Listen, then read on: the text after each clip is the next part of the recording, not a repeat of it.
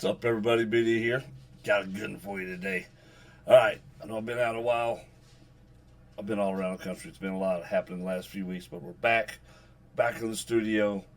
And this one, by request, Tom, I know I'm just not getting to it. Been trying to, like I said, it's been kind of crazy. Here we go. This is Gabriel Iglesias, I believe, Fluffy himself. The gift basket. We're gonna listen to this by request. Let's get into it. I thought it would be great if I could tell an old story that was from years ago that never made it to a 1-hour special. And the cool part about this story is that it now has a different ending. The story is called The Gift Basket.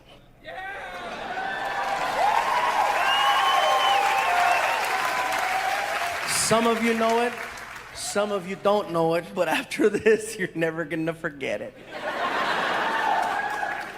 All you have to know about this story is that all the people involved have always been and will continue to be friends. That being said, Martin and I, all the good ones start like that. Martin and I are scheduled to perform in Northern California. Usually we fly. But this particular day, I was having a problem with Southwest Airlines. They wanted me to pay for an extra seat for someone who wasn't traveling with me. Take your time, you'll figure it out. Anyway, I tell Martin, I'm not paying for an extra seat. Let's just drive, it's 6 hours. So we headed north. 3 hours into the drive, we're passing through a city called Fresno. And as we're passing, hey, Fresno 559, get us away. Anyway, as we're passing through Fresno, we start seeing billboards off the side of the freeway that said, performing this weekend at the Radisson Hotel, directly from BET's Comic View and Showtime at the Apollo, comedian G. Riley. And I look at Martin, I go, oh shoot, G's in town. And Martin goes, yeah, I haven't seen G in years.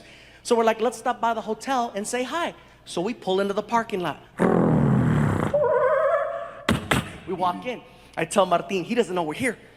I'm gonna crank call his room. He goes, what are you gonna say? I said, I'm gonna tell him that I'm the front desk and that he just received a gift basket. He goes, what's so funny about a gift basket? I said, I'm gonna describe it over the phone. And I'm gonna make all the items that are in this imaginary basket become items that stereotypically a black person might like. But you're crazy. I said, I'll tell you what, we got 2 hours to kill. How about this? How about we go to the supermarket and we make an actual racist gift basket? And we'll have it delivered and we'll wait outside to see what happens. I said, are you down? We go to a store and we start to design the sickest practical joke ever. I get a shopping cart and I'm like, all right, we need a basket. So I find one, I take out the grass, the plastic eggs, and the chocolate rabbits, and we start hitting the aisles. First item I grab is a fried chicken about that big, okay? See how quick that laugh was? There's a few black people in here like, mother, this better be funny.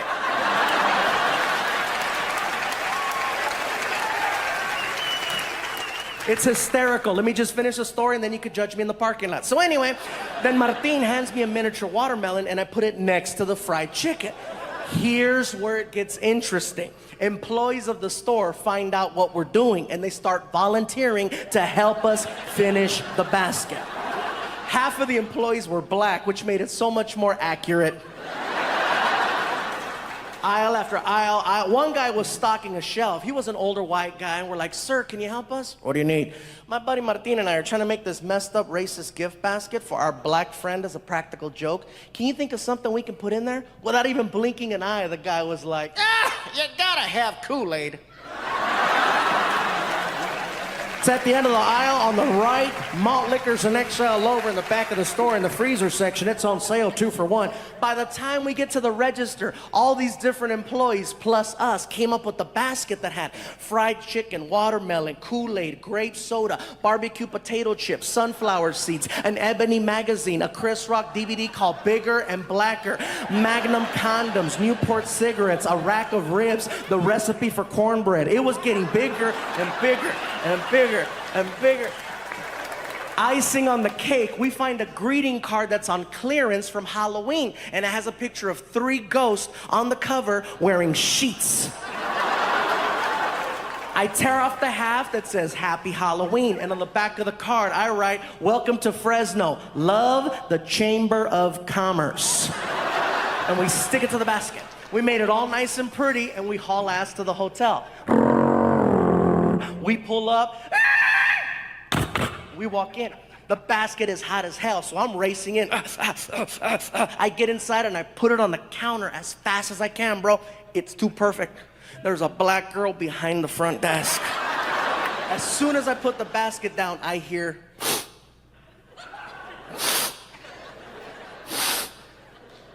Is that chicken? Ooh, let me see. Hold on. What is it? Let me explain. My name is Gabriel. This is Martin. We're a couple of comedians, and we're about to play a really crazy practical joke on a friend of ours who's staying here tonight by the name of G. Riley, who's also a comedian. Oh, the one that's on the signs on the freeway. Yeah, the one that's on the signs on the freeway. So as a practical joke, we went to the store and we made this messed up racist gift basket. That's why you can smell fried chicken. And she was like, what?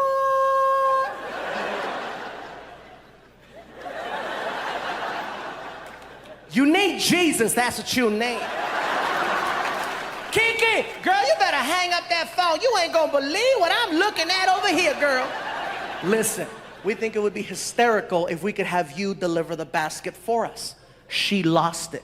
Oh, the hell you didn't. I know you didn't just ask me to take that to a black man. You are out your damn mind. Oh, Lord, give me the strength to not kill this big-ass Mexican over here, Lord.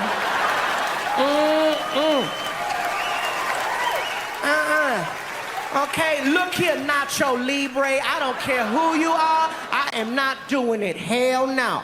I'll give you $50. Where that motherfucker at?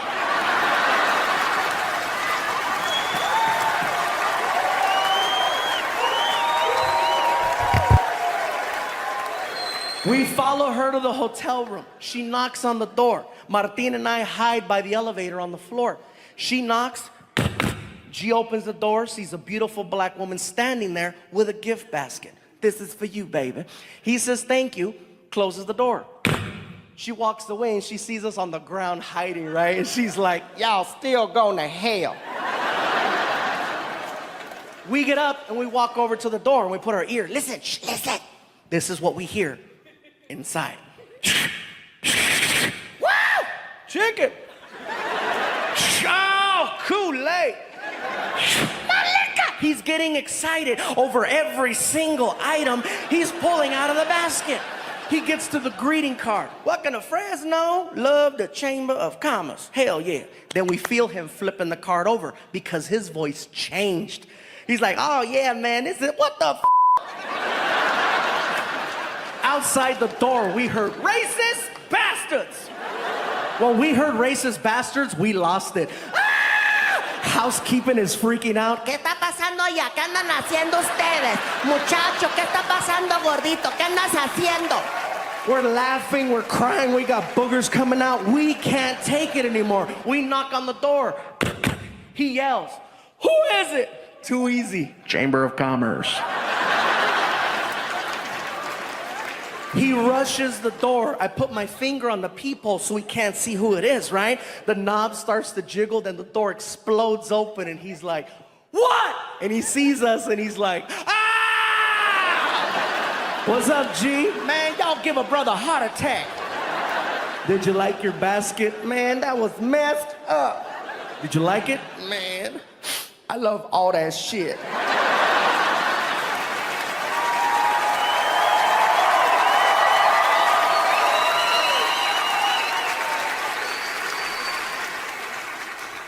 And now, ladies and gentlemen, a story that has been 7 years in the making. I would like for you to now hear, for the first time ever, the other side of that story. Ladies and gentlemen, I flew him here to Hawaii so that he can share this with you. Give it up for my friend, Mr. G. Riley.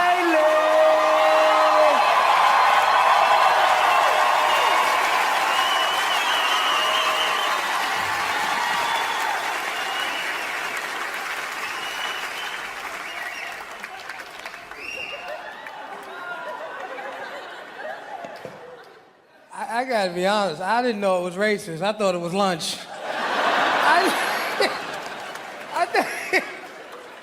I thought it was lunch. I didn't know it was racist until I got back to my neighborhood, and brothers in my neighborhood looked at me. They say, man, I don't believe you let that Mexican guy do that to you, man. That was messed up. I know you got him back. I said, what, buy him lunch? I can't afford to buy that man lunch.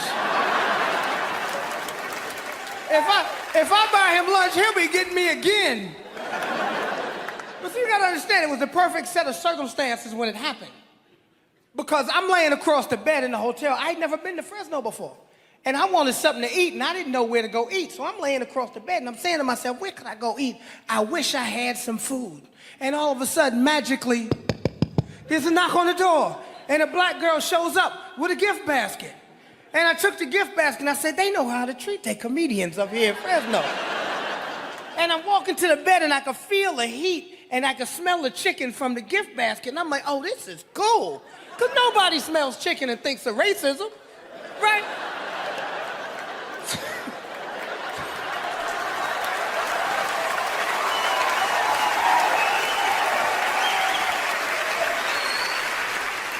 Right, so I see the watermelon. I'm like, oh, this is cool. They know how to treat a comedian up in here. I get to the card, and I look at the card, and I go, what the is going on? I said, oh, my God, I'm working for the Ku Klux Klan.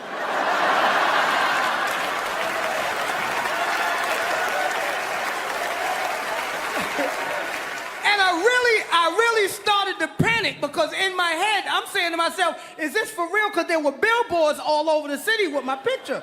And I started thinking they were trying to scare me out of town. So now I don't know what to do, right? And I start trying to call a promoter, and the promoter's not answering the phone, and it's festering in my head, and I'm nervous, and I'm pacing the room, and all of a sudden there's a knock on the door, right? And I go, oh my God, they come to get me. So I ease over to the door, right? And I look through the peephole, right? And all I see is a brown dot, right? And I go, I hear somebody out there because I hear the breathing, right? I hear, because this was about 60 pounds ago, right? So I go to look down up under the door, right? But I said, oh my God, it got to be about 5 or 6 of them out there. Oh my God.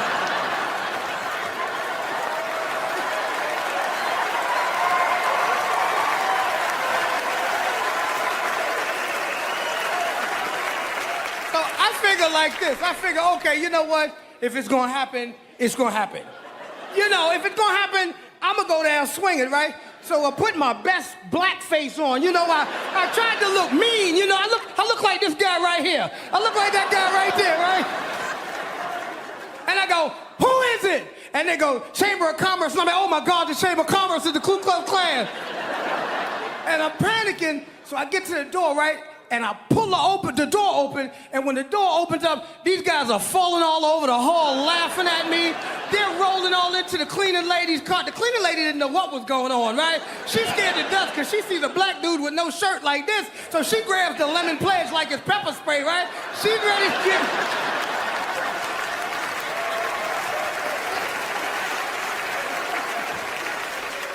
Everything, now that I realize it's a practical joke, everything calms down, because I remember how hungry I was. I'm like, okay, cool, practical joke, right? So I go in the bathroom to wash my hands. While I'm in the bathroom washing my hands, I hear a commotion in the other room, right? I go back in the other room. They're going through the gift basket. The maid is leaving with the watermelon. Martina's drinking my 40, and this bastard is eating my chicken!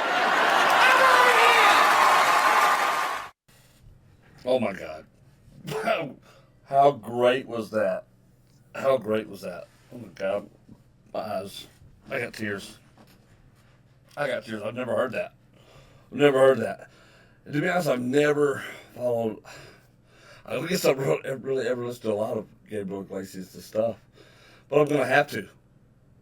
I'm going to have to go check it out. It's hard to believe, but it is true. I've never heard a lot of his stuff. I mean, I've never actively watched his comedic performances. I really have, especially anything. I've never have. But damn if I don't want to now. Because that was hilarious. And the fact that he got G. Riley out there to tell the other side of that story is genius. That was so genius and so freaking funny, because that's what friends do. That's what friends do. That's what made me love that so much. That was awesome. That was awesome. Thanks, Tom, for the suggestion. That was great. Appreciate it. Thank you guys for sticking with the channel, by the way. If you want to hear more, just let me know what y'all want us to react to. We'll go do it. It doesn't matter even if you think I've seen it, but you're not sure, go ahead and request it anyway, because you never know. Like this one, brand new information for me. I loved it. It was awesome, guys. Thanks for supporting the channel. I'll catch y'all on the next one.